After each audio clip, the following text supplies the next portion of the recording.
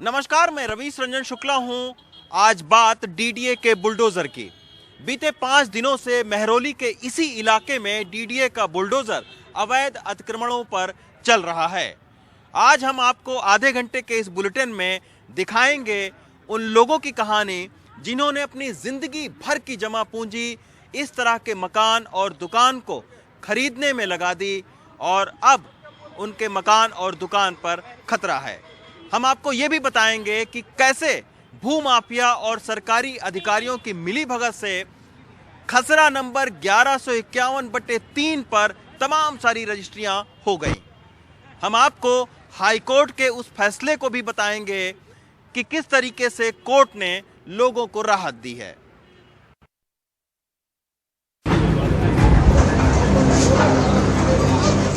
जो प्रॉपर्टी के अंदर में क्लियरली लिखा this land belongs to government of India and they have purchased from the government of India. फिर चला दिया बिलोर में, चलाओ तोड़ो। 1 रुपए की कैसे कर दी, जेवर रख के कर दी हम लोगों ने और हमारे को जान के लगा दिया। सबसे पहले आपको दिखाते हैं सीमा सलूजा की कहानी, जिन्होंने अपने गहने गिरवी रखकर एक अदद दुकान खरीदी थी और 10 साल के बाद में उनको पता चल रहा है कि उनकी दुकान अवैध है। हमने खरीदी थी, हमें पता है, हमें 1 रुपए की कैसे कर दी, जेवर रख के कर दी हम लोगों ने और हमारे को जान के लगा दिया। मोदी जी कह रहे हैं हम भूकंप से निकाल रहे हैं, हमारे ऊपर तो मोदी जी भूकंप चला रहे हैं। हमारे बच्चे कैसे खाएंगे हम? रोजी रोटी भी तोड़ रहे हैं। ये दुकान ये भोले बाबा लीगल ये भोले बाबा लीगल सामने दुकान है हमारी। और कितने में मैम खरीदा था आपने? हमने 12 लाख में खरीदा, 2012 में 12 लाख का खरीदा था और मेहनत पसीना और वहाँ भी सीट हमारी कोर्ट में, वहाँ से छोड़ के हमने यहाँ दुकान खरीदी। टाइप करते हैं हम लोग, पता नहीं कैसे कैसे बनाया हम लोगों ने। हमारे बच्चे पढ़ रहे हैं अभी पेपर से, हमारे बच्चों की एजुकेशन रह जाएगी, हमें तो यही टेंशन खाई जा रही है। फीस कहाँ से भरेंगे? नहीं मान रहे। जब ये बन रहा था ये बन रहा था, जब रोकना चाहिए डीडीए 50 साल पहले डीडीए कहाँ गई? पेमेंट दे रहे थे पार्टी को, तब कहाँ दी है सरकार? जब हमने पाई करके जोड़ के हमने दिया था, पैसा दिया, रजिस्ट्री कराई, हाउस टैक्स दिया हमने और हमने ये करा, पेमेंट करी, कहाँ से करी, कैसे करी, तब सरकार कहाँ थी? तत्कालीन सरकार कहाँ थी? नाम क्या है मैम आपका? सीमा सलूजा नाम है मेरा। तत्कालीन कहाँ गए? आप खुद लीगल एसोसिएट्स हैं तो हमें नहीं पता था। हम तो एसआर में ही चेक करवाएंगे ना, वहाँ चेक करी थी। हम तो रेवेन्यू डिपार्टमेंट में ही चेक करवाएंगे, हम कहाँ जाएंगे? हमें क्या पता, रेवेन्यू डिपार्टमेंट में धोखाधड़ी कर रहा है हमारे साथ। रेवेन्यू डिपार्टमेंट जो आज दिल्ली सरकार, हाँ, पटवारी से जब तक चेक करवाए सब कहते हैं पास है, हमने जब जाके पैसा दिया। 59 की रजिस्ट्री हमें चैन दिखाई गई कि 59 की चैन है, उसके बाद 2-2, 3-3 चैन है हमारे पास। हम कहाँ क्या करें? हम बच्चों की फीस कौन देगा? मोदी देगा या केजरीवाल देगा? केजरीवाल कहता है जहाँ झुकी वहाँ मकान, हमें तो उजाड़ दिया, हमारा घर भी गया, हमारी दुकान भी गई, मेरे बच्चे कहाँ से पढ़ाई करेंगे? स्पष्ट, लड़कियों को आगे बढ़ाओ, ये लड़कियों को तो उजाड़ रहे हैं, लड़कियाँ कहाँ से आगे बढ़ेंगी? लड़कियाँ क्या करेंगी? लड़कियों को तो मोदी जी केजरीवाल जी उजाड़ रहे हैं। 20 साल की थी तब से मैं काम कर रही हूँ, मैं कहाँ जाऊंगी? और अब दुकान ही नहीं, तमाम सारे फ्लैट्स को भी जमींदोज कर दिया गया है और उसके डर के वजह से तमाम सारे फ्लैट्स के जो मालिक हैं वो अपना फ्लैट्स भी छोड़ रहे हैं। बिजली इन फ्लैट्स की पहले ही काट दी गई है। मनोज बलसाला से हमने बात की, जिन्होंने मकान को खरीदा था, रजिस्ट्री है उनके पास में और बाकायदा एक बैंक से लोन तक उन्होंने ले रखा है, लेकिन अब उन्हें पता चल रहा है कि उनका जो फ्लैट है वो अवैध है। सर, आपने ये मकान ऊपर वाला आपने 2021 में खरीदा था, ये मकान आप कह रहे हैं कि 15-20 साल पहले खरीदा था, तो क्या रजिस्ट्री इसकी हुई थी, लोन हुआ था? इसकी रजिस्ट्री हुई थी, इनकी लोन हुआ था, nationalised bank, Punjab national bank से इनके लोन दिए थे। इसकी रजिस्ट्री का खुद एनओसी मैंने डिफरेंट ऑफिस में जाके यहाँ का जो प्रॉपर्टी जो डॉक्यूमेंटेशन जो करता उसकी जो एजेंट के थ्रू में मैंने खुद ईच एंड एवरी ऑफिस में जाके सारा डॉक्यूमेंट सबमिट करने के बाद में मुझे बैंक ने लोन अप्रूव किया है। लोन इसलिए हमने जो अप्रूव किया था क्योंकि ये प्रॉपर्टी अगर कोई 420 का है, अगर कोई प्रॉपर्टी ठीक नहीं, उनका चेन ठीक नहीं, ऑफकोर्स हमें लोन तो मिलेगा नहीं। जब एक नेशनलाइज्ड बैंक मुझे पास करके आज ऑन डेट में मेरा कटिंग भी चल चल रहा है, मुझे ये मेरे समझ उसको ट्रस्ट नहीं करेगा। More over I paid all the stamp duty की हमारे पास में, हमारे एड्रेस में, हमारा पता में सब कुछ आ जाता है। और इस जो प्रॉपर्टी के अंदर में क्लियरली लिखा this land belongs to government of India and they have purchased from the government of India. Government of India से ये लोग खरीदा हुआ है। गवर्नमेंट ऑफ इंडिया से कैसे सर खरीद सकते हैं? क्योंकि ये जो सिस्टम अपनी जो इंडिया पाक डिफरेंस जो पार्टीशन के बाद जितना भी लोग बाहर से जो आया था वो लोगों के लिए उसी टाइम में कुछ प्रोविजन था, उनको जो गवर्नमेंट से जो कस्टोडियल लैंड लेने के लिए जो प्रोविजन था उसके अनुसार में दिए। ये नहीं मेरा जो अगल बगल का सारा लैंड उसी में है और इसके अंदर में भी लिखा हुआ ये क्लियर। आप लोग जब डॉक्यूमेंट वैलिड थे तो आप लोग कोर्ट रोड नहीं गए? आप हमें नहीं पता था ना, क्योंकि हमारे पास कोई नोटिस नहीं आया था। ये लोग नोटिस बाहर लगा के रखा लद्दा सराय में और मेरा कसरा नंबर भी नहीं है। हम तो महरौली में रहता हूँ, हमें ये भी नहीं पता, बाहर नोटिस लगा के चला गया, किसी हमने खुद पर्सनली रिसीव भी नहीं किया। आज जिन लोगों ने अपना मकान खोया उसमें 70 साल की रुकैया बेगम भी थी। ये उनका मकान है और बेटे और उनके पति की पहले ही मौत हो चुकी है। एक यही मकान था जो उनके जिंदगी का एक आसरा था। आज जब बुलडोजर उनके मकान के बाहर पहुंचा तब उन्होंने अपने को इसी मकान के अंदर बंद कर लिया था। देखिए मेरी ये रिपोर्ट। तो ये रुकैया बेगम का मकान है, वो अंदर है, वो यहाँ से हटने को तैयार नहीं है और अभी पुलिस यहाँ पर लगी हुई है। ये देखिए उन्होंने अपने आप को घर अंदर बंद कर लिया है। तो ये आप देखिए कि ये रुकैया बेगम ने अपने को अंदर बंद कर लिया है। बुलडोजर आप देखिए कि उनके मकान के बाहर खड़ा है और अब जो है वो ये अतिक्रमण एक दूसरे फेज में प्रवेश कर गया है।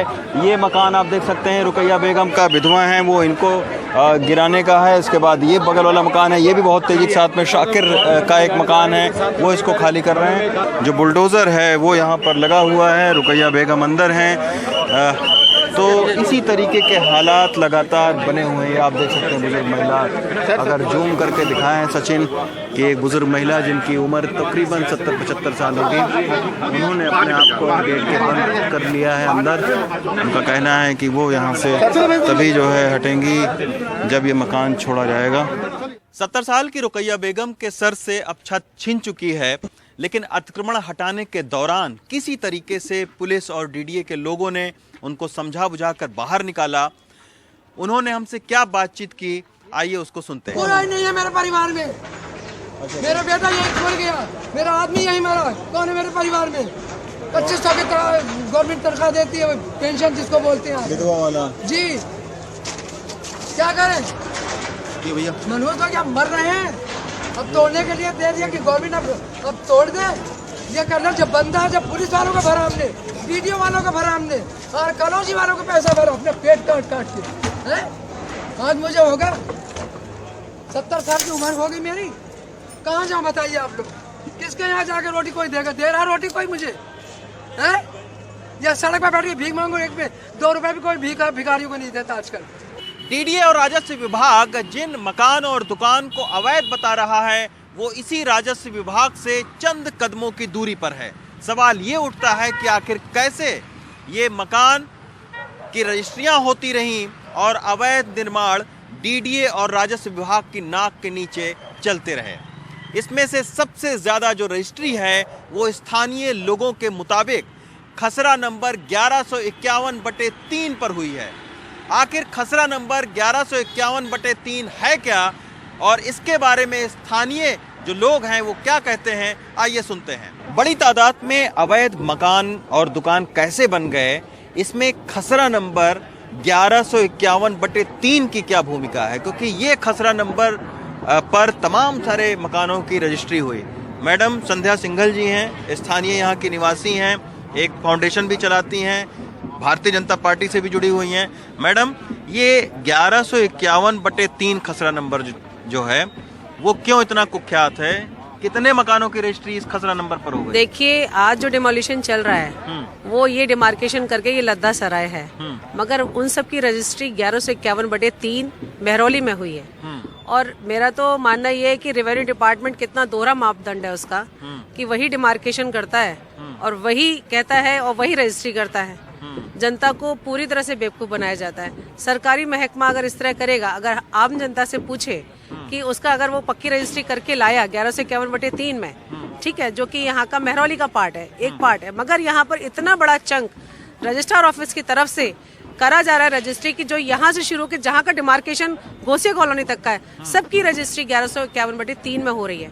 तो क्या ये यहाँ का झोल नहीं है? क्या इनकी ये लापरवाही नहीं है? कोई भी पटवारी आके यहाँ पर कभी उसने नहीं देखा कि ये लद्दा सराय में आ रही है जगह या मेहरौली में रहे। कोई पटवारी आके यहाँ पर रजिस्ट्रार ऑफिस का आखिर काम क्या है? जब 1151 खसरा नंबर है और उस पर सबकी रजिस्ट्री हो रही है, तो उसको उनको नहीं चाहिए कि ये देखें कि खसरा नंबर। आज मेहरौली की जनता यही पूछना चाहती है कि आप लोगों ने किस बेसिस पर रजिस्ट्रेशन किया, रजिस्ट्री किस बेसिस पे हुई, और उसी बेसिस पर लोन भी मिला लोगों को। तो मैं भी आपके माध्यम से ये पूछना चाहती हूँ कि इनको पनिशमेंट नहीं मिलना चाहिए क्या? ये 1151 खसरा नंबर में कितने फ्लैटों की रजिस्ट्री हुई है? कम से कम 2-2.5 हजार फ्लैट है इसमें। फ्लैट की जगह है 2,500 फ्लैट 1151/3 51/3 में। तो ये जगह, ये खसरा नंबर की जो जगह, एक्चुअल जगह वो कौन सी है? एक्चुअल जगह का तो कुछ पता ही नहीं, सारी 1151/3 ही है। अच्छा, बिल्डर आते हैं 1151/3, जहाँ मर्जी रजिस्ट्री की, जहाँ मर्जी फ्लैट लोगों ने फ्लैट की। मेरा एक और कहना- लेकिन जैसे रजिस्ट्री के कागज रजिस्ट्रार के पास जाते हैं, रजिस्ट्रार की जिम्मेवारी होनी चाहिए ये कागज सब पटवारी को भेजें, वो उसको चेक करके भेजे कि ये किसके नाम पिछली बोल रही है, इंतकाल किसके नाम है, खसरा गिरदावरी किसके नाम है, वो कोई देखता नहीं। पक्की रजिस्ट्री देखते हैं, गरीब आदमी फंस जाता है रजिस्ट्री देख के, इसलिए ये डेमोलिशन हो रही है। तो ये आप देखिए खसरा नंबर 1151/3 की ये कहानी स्थानीय लोगों की जुबानी आपने सुनी। तमाम सारी रजिस्ट्री इसी खसरा नंबर 1151/3 पर हो गई है और आज यही सारे लोग जो है वो सड़कों पर आ गए। दिल्ली से सचिन गुप्ता के साथ रवीश रंजन शुक्ला, NDTV इंडिया।